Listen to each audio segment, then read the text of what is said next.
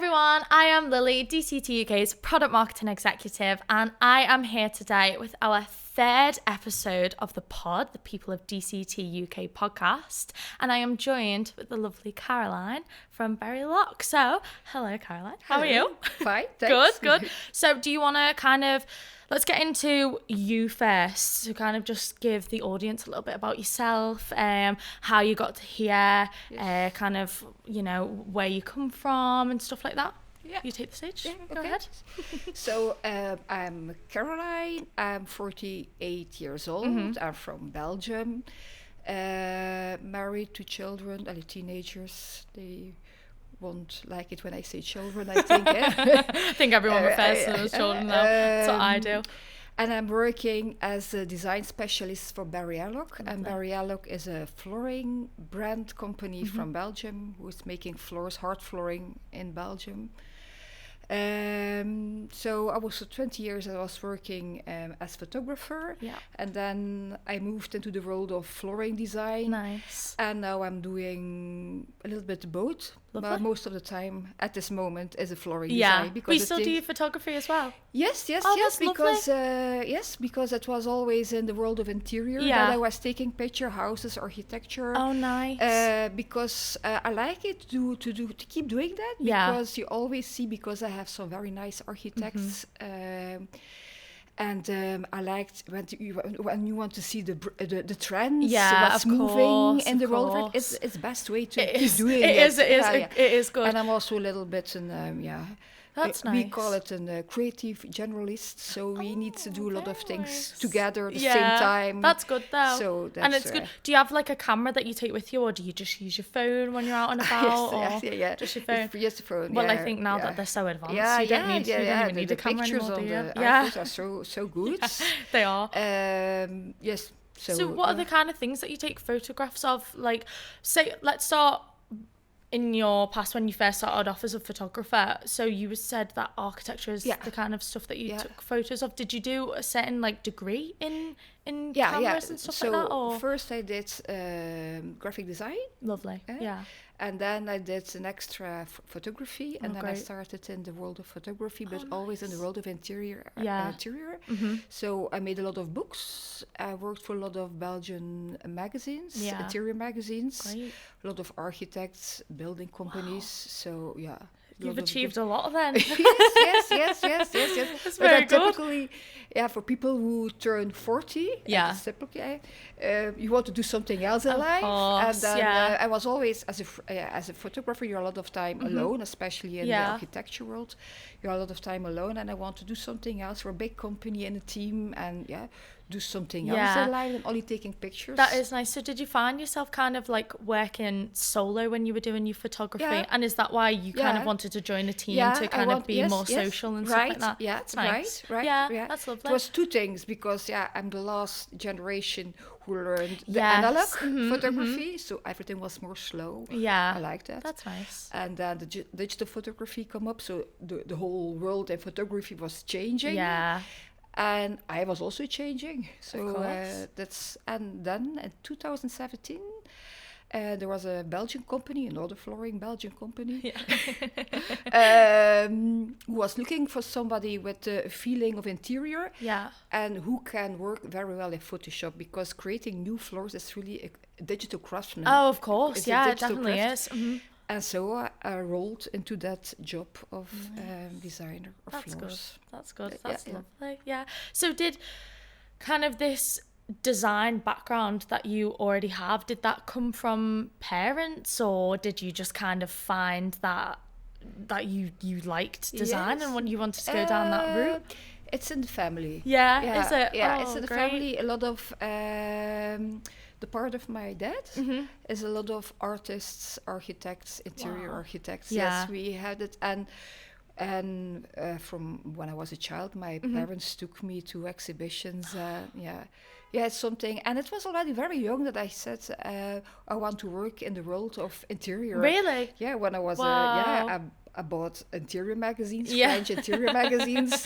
Yes, so that's what something. I feel like as well. Actually, I do like the world of interior. And before I joined the company, that's what I was like, buying, like magazines and stuff like that, and like things like Arch Digest and stuff like that. So it is good to it's good to know that it's in the family as well, that you've had that like kind of passion like rooted in you maybe from the beginning. But I see it with my daughter also. Oh, really? Yeah, I see it. That's great. Her. So she's following in your footsteps. That's lovely. That's something when you have it in your genes. Yeah, in your bones. In your bones. And your parents are taking you a lot of things, and they see it at home. That is lovely. What about your son? So you said you had a son. So your daughter, she is following in your footsteps, kind of, and your son is. He is 17. So he's not quite. Is he thinking of a career path in design, maybe? No. It will be. It will be like his dad. It will be in the more financial part, economics. He is more interested in money. I don't blame him. If I was smart enough, I think I would be as well. That's a good combination, the creative part and the money part. It is nice. It is a good combination. It's good for them to kind of possibly teach each other like skills from what they're doing in their career and stuff like that. So it is nice. It is okay. Lovely. So I have a question. As part of the last generation of analog photographers, like you've said, how has that background influenced your approach to flooring design? As when you were taking analog pictures, now when people are taking pictures, they do it very fast because they are thinking when I can remove it in Photoshop or I can change it in Photoshop. But when you're taking analog pictures, you're doing it very slow. You're really thinking, I will put it like that, I will hide that, because otherwise, in the you call it also dark room, where you develop the pictures. Of course. You need a lot of time for these mistakes to okay. And that's something I have learned, to be very in detail and already thinking before I will do that now. That will help me later. In the 10 steps later. Yeah, definitely. That will help me for less work. So to be more precise, more in detail. Yeah, that's something. That's good. Analog photography. Because I actually don't fully understand it. So if you want to kind of go into detail about it, I know a little bit about it because I think when I was a child, we took trips out to kind of somewhere called Chet. It was like an outdoor place where you could like make clay and take photos and climb and stuff like that with nature. So I think I have an idea. But for anyone who doesn't know, would you like to explain what it is? Yeah, it's the same kind of camera like you have today, but we didn't have the card, but it was a film. Yes, the negatives that you had in. Yeah. And so first you had negatives, and then these negatives had to be turned into pictures, and you had the black and white pictures that you could do in your own dark room. Then you had the color pictures. You could that was a thing. You had to take that film to the shop, and then you had to wait for 1 week, and then it came to one day, and then you saw the results. So it was another experience. It was more like it was with a lot of expectations. Yeah, so you're waiting for it. And it was also expensive because developing those films, buying those films, that was you couldn't reuse it. Oh, of course. Yeah. And it's also funny now, a lot of the tools that we are using in Photoshop, I see young people don't know from where it comes. So they usually come from the analog. You have one tool in Photoshop. It's when you have one part in your picture that's too dark, you can use a tool in Photoshop to light that part. But that really comes from in the darkroom because you were doing it with your hands. You had to put the negatives in a machine, and then you had to paper here. And so this the projection of that negative on the and then you were working with your hands because you wanted to have more light here and you wanted to darken there. So it was something physical also, and it was trial and it's error. It's something to work for almost, isn't it? So you're not just like snapping the photo and doing it all online. I suppose that's more, well, I don't know, maybe it's just old school, but I feel like that's more fulfilling than taking a photo and kind of like editing it, because you're doing all the work yourself almost. Do you miss it? But that's true what you're saying. But I don't know in UK, but in Belgium it's really coming back. A lot of youngsters are taking pictures. Like my daughter, 20 years old, she has taken my old cameras. Oh really? And she is always taking pictures with well, actually, I think in the UK now we've gone back to kind of like the really old like film cameras. Like I see a lot of people like they take photos and it looks like when girls are taking photos in like the 2000s and stuff like that. So I think it is going back here as well. It's a magical thing. That you have to wait for the results. And it's you like hope a portal that it will kind be of, that it will be good. Oh I know. So you're waiting for it. Sometimes you're very happy. Sometimes you're very disappointed. You have to go back. Which is disappointing. But I suppose it's nice to kind of just keep doing it and then getting that feeling of like, oh, like I did do this myself. It's nice, isn't it? It must be nice. It's all the things at this moment, all the things you're making with your hands. It's those slow craftsmanship that we like at this moment, because we are living in such a hurry world. And we're all looking for something that goes more slow. Of course, than fast paced. And that's coming away from life that's really busy, isn't it? To kind of like something that's more like calming and stuff. So do you think that kind of, that translates into your job and what you do today? If it's very hands-on, do you find that has kind of impacted your day-to-day job almost with what you were doing previously? What do you mean? So like with your photography that you were doing, obviously it's very hands-on, isn't it? So you're with the film and everything like that. Do you think that's kind of sparked your interest in being like in the design aspect of flooring? Or do you think that's come from kind of reading about reading about the design aspect? It's more it's about creating nice things.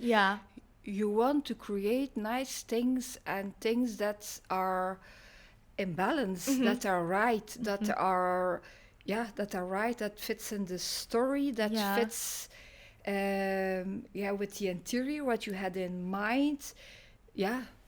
It's about that. It's that's nice. It's nice to look at, isn't it? I suppose with like the trends that keep coming up. And do you find that, what kind of impacts your decision making in your role with flooring design when you, for example, we've got behind us the Burial Lock Zen, if you were designing an LVT product like that, what aspects go into that kind of process? Maybe and do you know what, you can explain your entire process if you like, so it's a little bit more personal. A lot of people, and I didn't know it before, don't know how many time it takes to make a new floor. I think we can all have a guess, but I don't think it would be anywhere once near. You are in it, you will never walk again over a floor without thinking, wow, a lot of work in it. It starts always with interior trends. That's always the first thing. So you have to look to the interior trends. And you have different interior trends, and then you have to think, you need to build up a collection that for everyone there is something. So the first part is interior trends, and then you need to look for the real stuff. Which kind of wood, which kind of stone fits in that interior trend. For the more soft trends like the timeless design, you need wood, calm wood, without too much knots and cracks.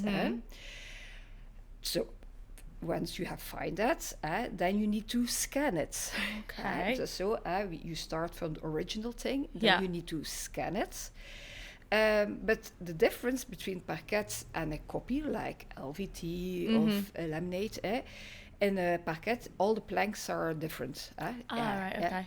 But in an LVT floor, in a laminate floor, you have only 10 or 20 different planks. Yes. So then once you have made that wood or that stone digital, you go into Photoshop, and then you have to look which knots or cracks of cathedrals or whatever you have to remove or adapt, that it's not so obvious that when it's laying on the floor that you're coming into a room and saying, that knot, I see it here, I see it here, I see it here. So that's and then that's and another step. Also in the flooring industry, a lot of those things are still printed analog with the big print cylinders. Already a part moved to the digital printing, but a lot of things are still printed like with the big cylinders. So you have the original, then you have the digital file, mostly is an RGB file. So you have to turn it to a CMYK file. Then you have 4 stages. And those 4 stages are the same as those 4 printing cylinders. Oh, wow. Yeah. So you have to do, we call it a separation, that's a technical thing. So you have to adapt that picture with the 4 layers, the CMYK, in such a way that you can translate it to those cylinders. Because printing, it's 1 layer, it's another layer.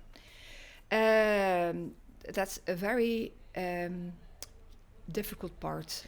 It's I can imagine. Not a lot of people can do that. Really? It's so difficult because you need a little bit mathematics, but you also need an art feeling.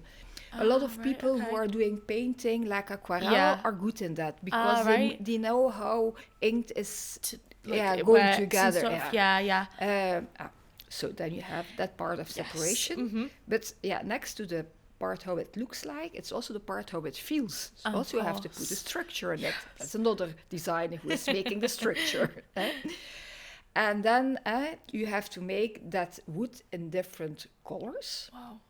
And then you have to go to the printer. Some printers are in Germany, others are in Italy, others are in China. You have everywhere. But not everywhere. That's not so. In Europe, it's especially Germany, Italy, and one in Belgium. Oh, really? Yeah, it's not so. And then in the Asian part also. That's interesting. In the US also. Why do you think that is? Because it's a very. It's a specialized part. Right. Okay. Yeah. So does that kind of this side of things where is those people who have got to be a bit mathsy and a bit artsy as well, are they hard to find, those people kind of like unicorns, like almost? It's a lot of people with a graphic design background or with a photography background, mostly those two. Is it more young people that you find, or is it people with more kind of experience? Everything. Really? Everything. Wow. Because it's something you don't learn at school. Of course. No, you don't. I never heard about the word separations before I entered the flooring industry. Really? Mm-hmm. And I worked a lot at Photoshop. That's really, it's a job. It's something you have to learn by doing it. Yeah. And some people start very young. They enter their first job. Of course. They like it. Being able to do it, They like it, and they keep doing it. And it's also, once you have the expertise. There's such a few people who has that. It's also a little bit a pity if you don't go further with that. Because it's you kind of like work.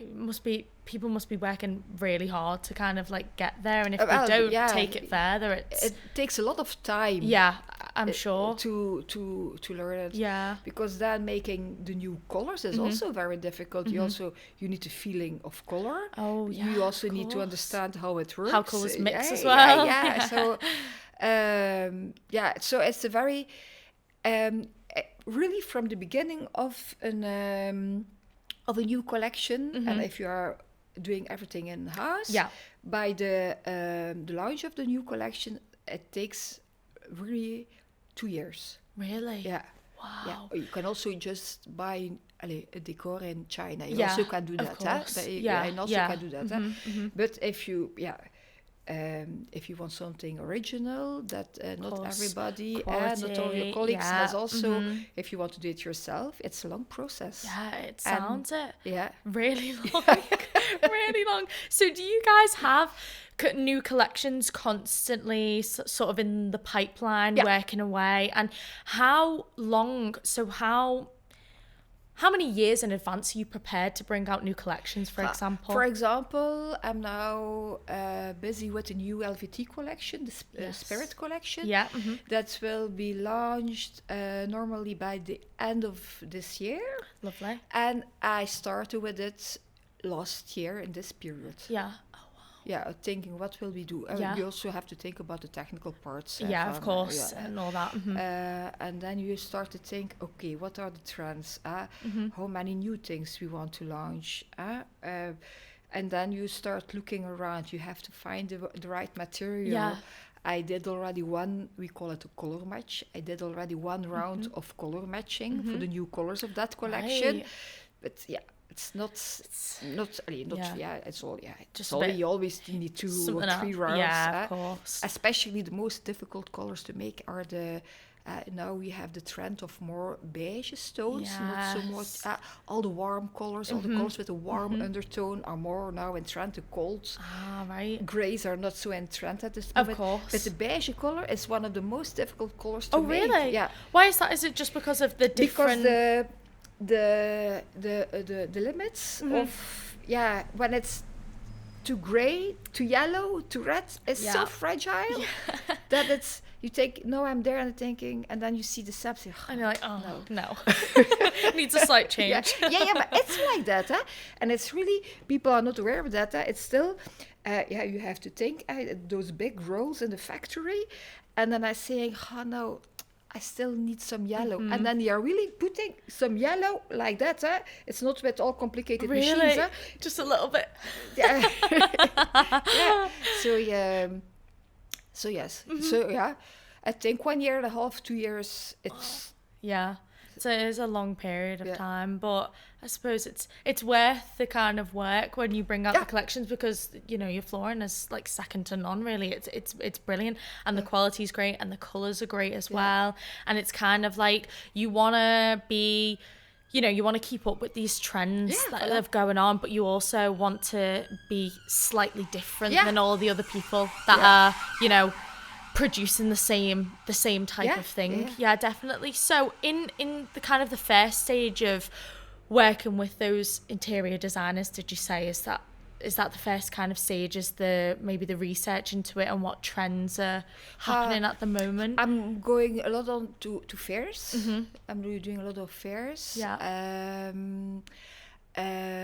have a lot of talks with interior designers. Right, okay, I also like to visit clients. Nice, because I always learn a lot by visiting clients. Of what course. do you think of the collection? What do you miss? Those things. It's a little bit of everything that comes together. That's nice. That comes together. So when you visit your clients, do you say, if you have maybe a collection that you've already got, for example, Zen, if you take it to them, do they kind of give you ideas for a new collection? Maybe if they're talking and they say, oh, yeah, of course. I always listen to because otherwise I will only create what I like. Of course. Yeah. And they're kind of industry experts, aren't they? I like more soft things. Yes, and, so do I. Not so there harsh. will be only a soft collection. Yeah. For example, this week there was a big client from who doing a big market in Belgium and the Netherlands. And he was really giving inputs. He really wanted to have a very dark brown. I will not put at this moment a very dark brown in my own collection. Yeah. But he explained it why. I'm thinking, okay, we need to do it. We eventually. Okay, that will not be the best seller, but yeah. And also, a country, it's a big difference, Like the more honey colors, the honey wood, oiled wood, that's typical for people from the UK who likes it. They do. And the South also, like Italy and so also. Yeah, definitely. I do. And I kind of see people moving towards for example, there's a lot of obviously new homes being built in the UK. And in these kind of new build houses, you often see in the kitchen, people are either going, for a honey colour, or they're going for kind of like a slate on the floor as well, which is, in my mind, I've always, put slate with bathrooms kind of thing. So like a slate LVT in the bathroom. I never would have thought to put it in like a kitchen living room space. But a lot of areas I think now are very open plan. So people like to have kitchen, living room all the same. And I have noticed that as well. So what's it like over in Belgium? What do you guys see trend-wise over there? Trend-wise in Belgium, we see the warm colors. It needs to be warm. Yeah. There were periods where there was a lot of grays also. Yeah. Over there you have an example of a gray floor. And there was a period that it's, but at this moment, the cold grays, you really need the warm naturals from light. Yeah. To then more the honey. Yeah, of course. And also the stones has a warm undertone. Yeah. It's more like a limestone, a travertin. So those things, and even when it's a little bit gray, it's also a warm gray. Yeah. That's really at this moment, and I think the overall, overall I think trends. So, yeah. You also have to think the floor is that part in your house that you won't change a lot.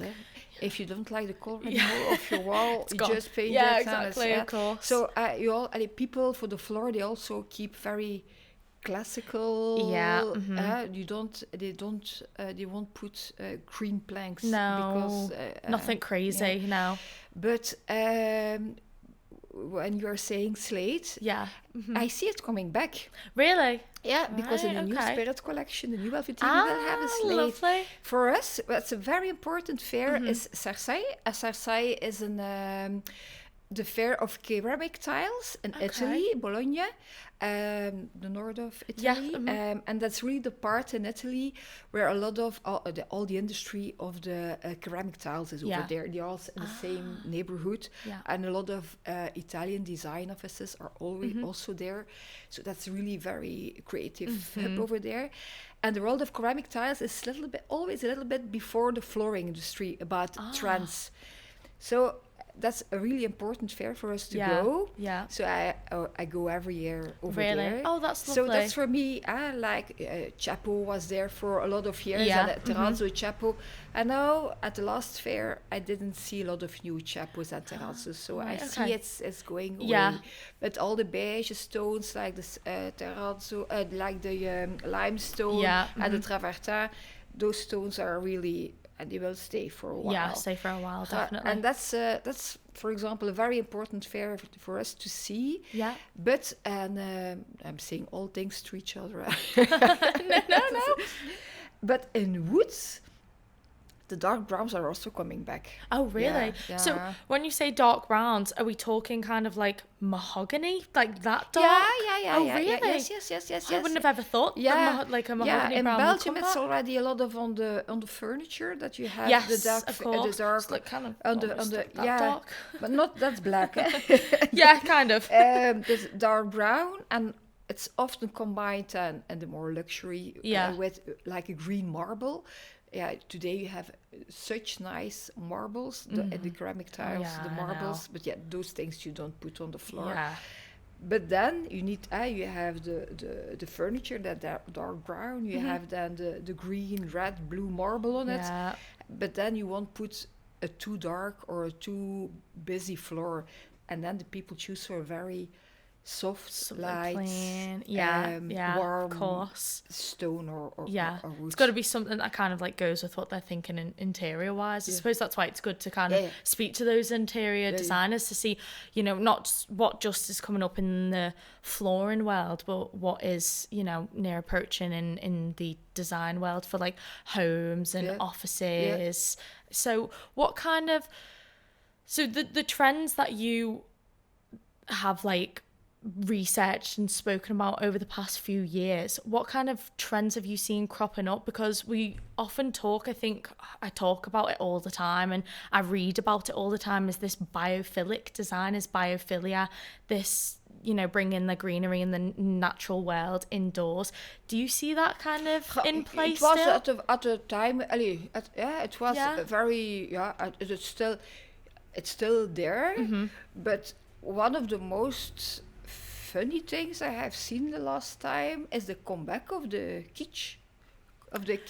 Really? So we are working when we that's something maybe that I have to explain. We're always working with a kind of how you call it in English, in 2 lines, like a grid. Yeah, like format. a grid. Yeah. So typical. We are living in difficult times. Yes. I don't have to explain that. that. Of course. There's a war. We have the problems in the world.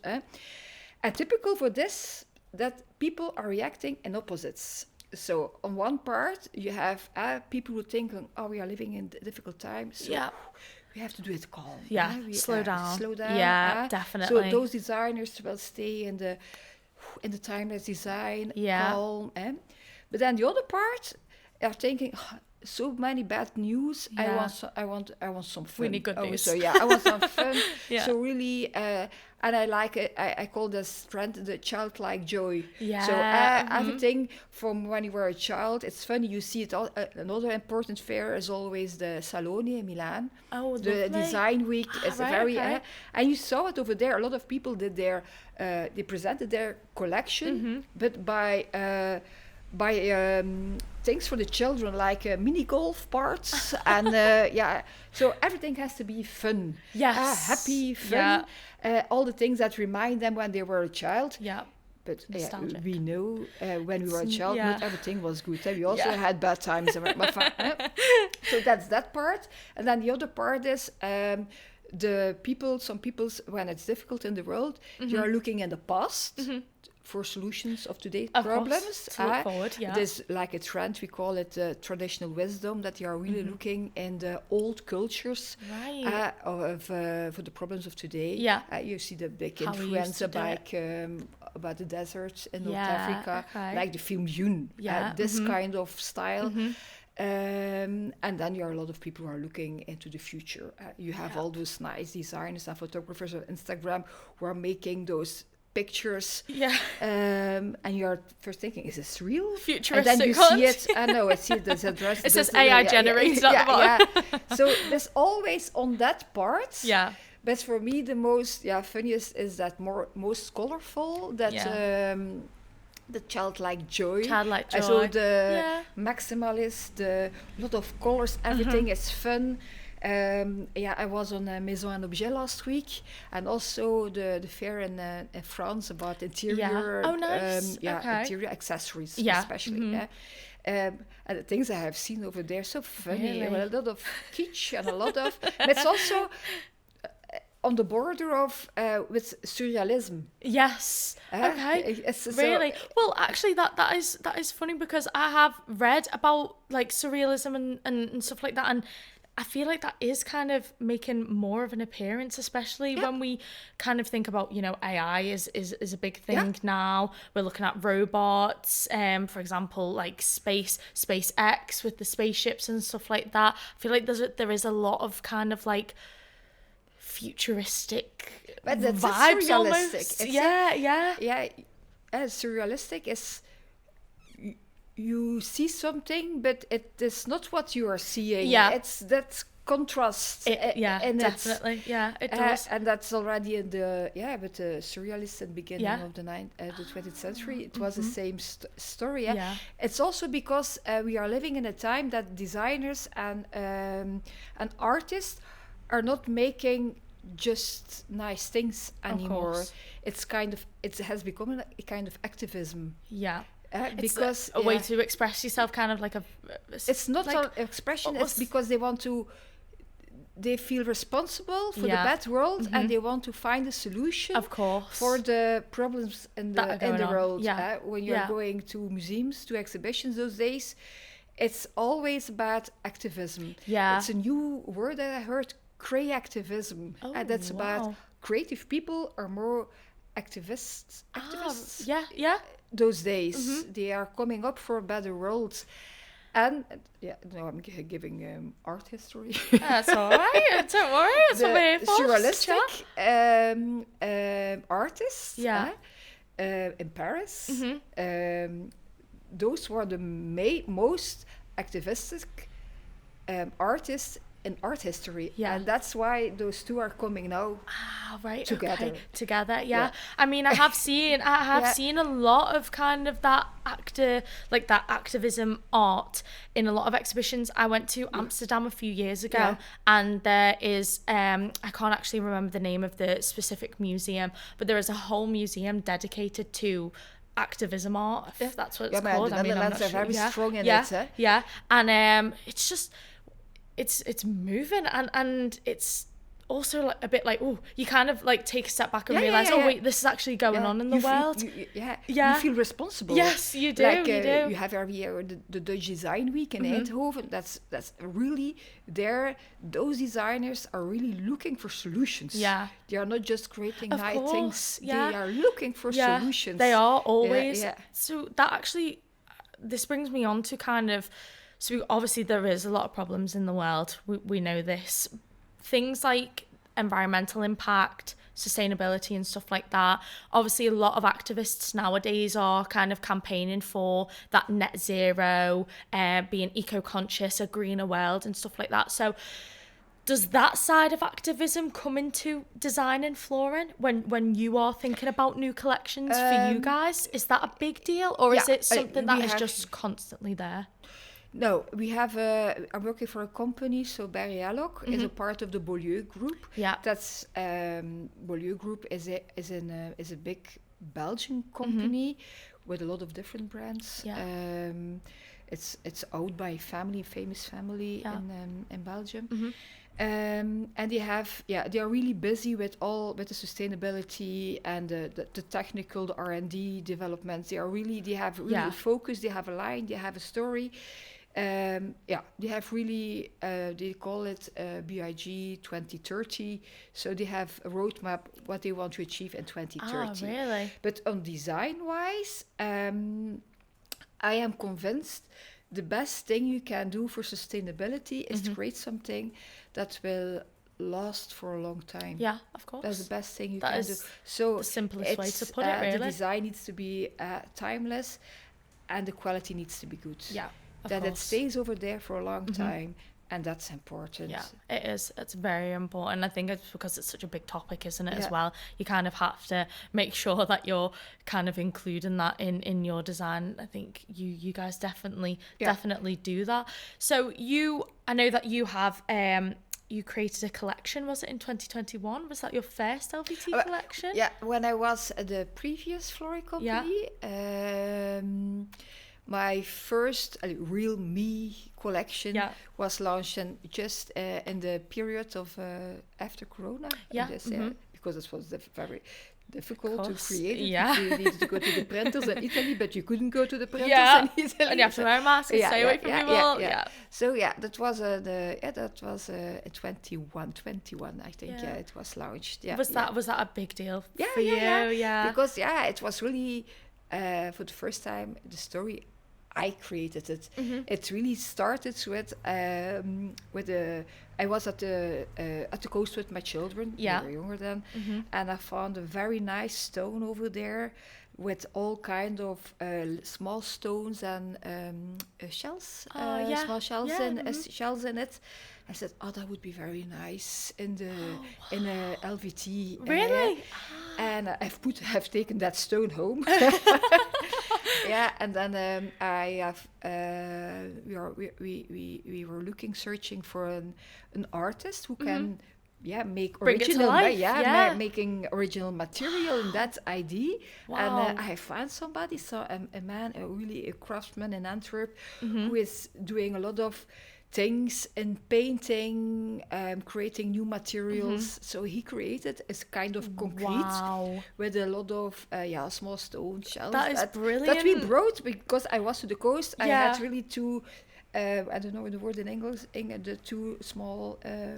Like a bag, maybe? The bag, like a little bag. where the children are taking to the coast. Oh, like a what? I've forgotten what they're called.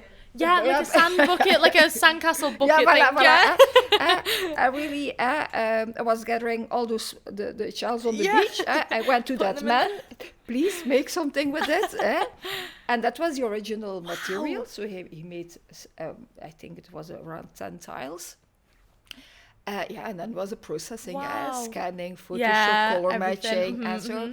And the other idea was during the Corona period.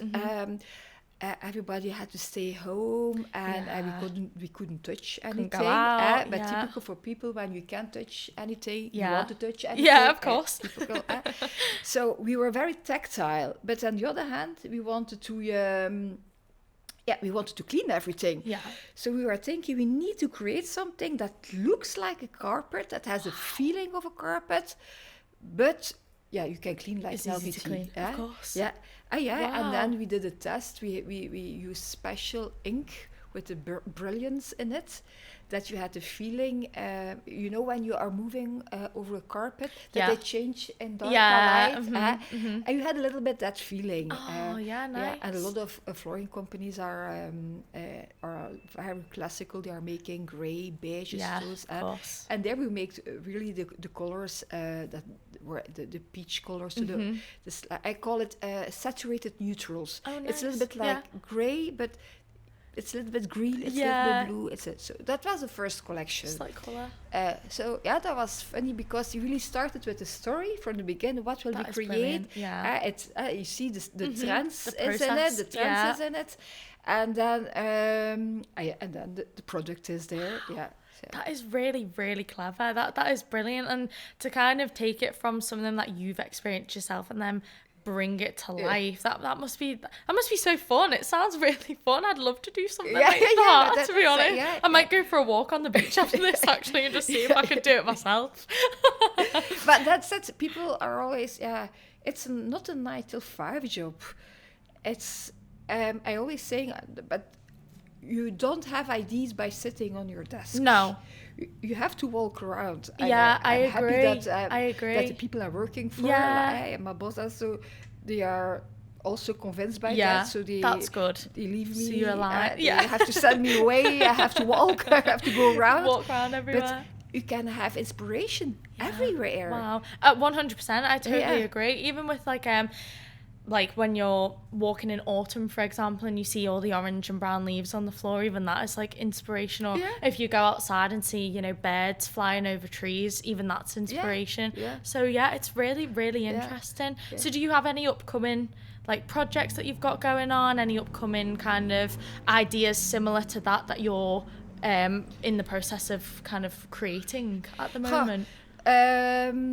Because now I just finished one collection. We also have a product that's called HPF, high pressure floors. That's a kind of laminate, but it's very strong, and it's made in Norway. Oh, right.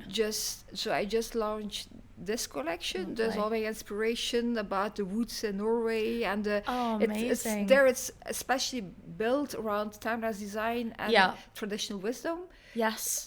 Because over there you have a lot of people have a cabin in the woods at the coast. Of course. So it's also traditional wisdom, but people are thinking always at the north of Africa, at the people in the desert. But you also have that tradition in the Nordics. And over there, this was my inspiration. Brilliant. Yeah. That was my inspiration from the people are living so close to nature over there. So I use a lot of it was not on purpose, but I went to Norway with my. This trip was planned before that. I was busy with that collection. So I use a lot of those pictures I've made during this trip. for that For story, now. because there we also have some woods with a lot of character, because the history of the wood needs to be visible. That's that's important. It is. So I've used my pictures that I've made over there of the mountains and nature and the things over there. So it's always in each other. Yeah, it is. You're always kind of like discovering something new. That's really interesting. So do you travel to kind of, even, I mean, for a holiday, of course, I mean, you know, spending a week away somewhere is lovely, but do you kind of feel like you always find something when you travel, a new place that you think, oh, do you know what, that could be good in design when I'm home? Yeah, always. That's like you said, it isn't a 9 to 5. Yeah, that's all. No, it's not 9 to 5. I see now, for example, a Belgian artist, and he has a special way of making paintings.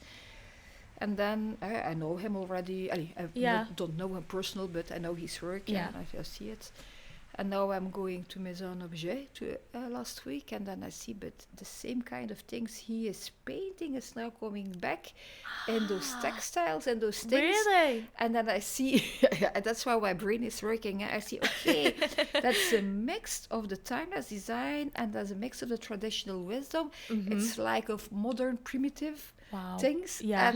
And then I see, okay, which kind of floor can I create with it? I really need a soft beige floor to fit with that. And so you've got a really good creative eye then, and creative brain as well. That's very good. I think it was already when I was studying graphic design. You had always things to think about. You always had to think about campaigns that you had to do, and the brain is always what I like.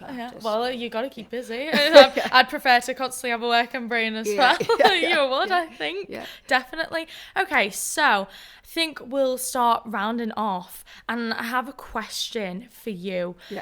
If you could kind of tell anyone who is, for example, a young woman or a young boy who is looking at going into the creative industry, and, for example, maybe your role, what would you tell them if they're feeling kind of like nervous about heading straight into that world?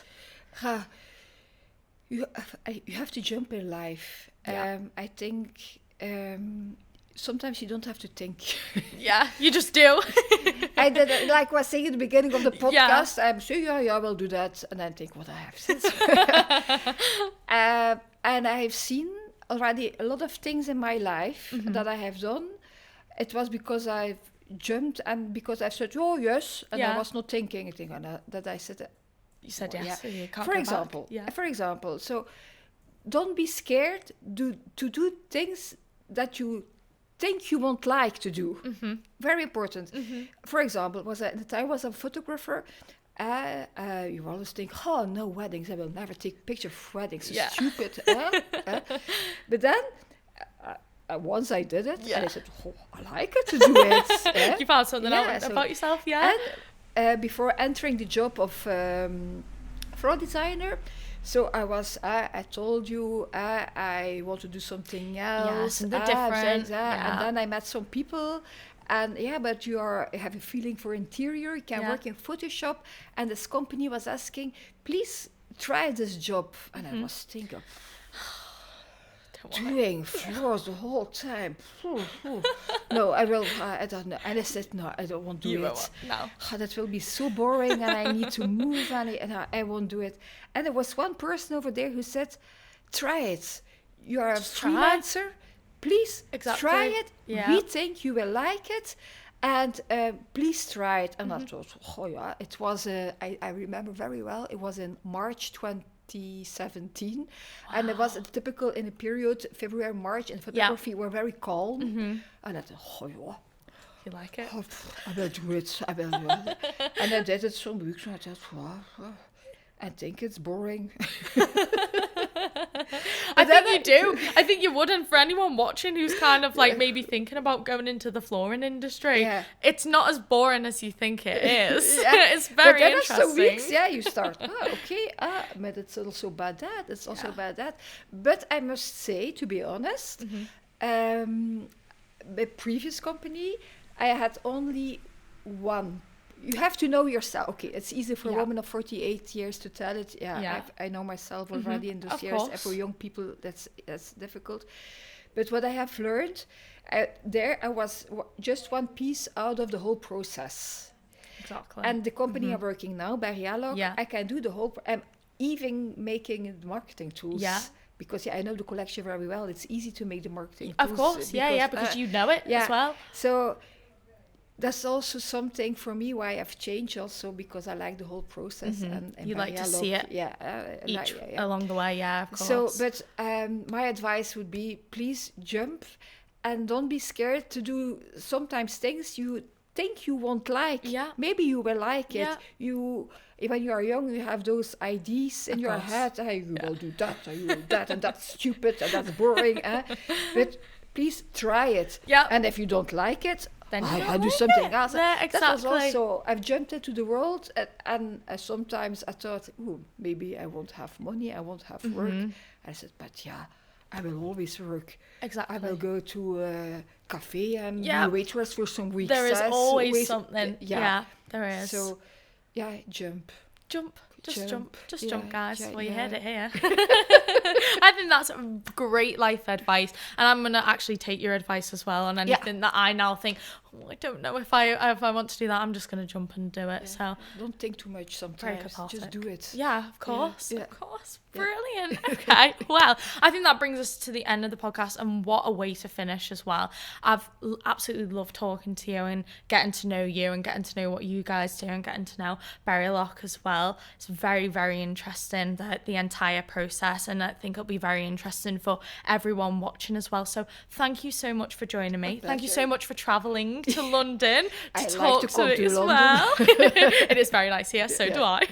So thank you so much, and a big thank you to everyone who has watched this episode or who has listened, and we will be back with another pod episode in another 2 weeks. So thank you so much for listening and watching, and we will be back very soon. Bye guys. Thank you very much. Yay, well done. People will say, that what was for lovely. Chaotic mind is that?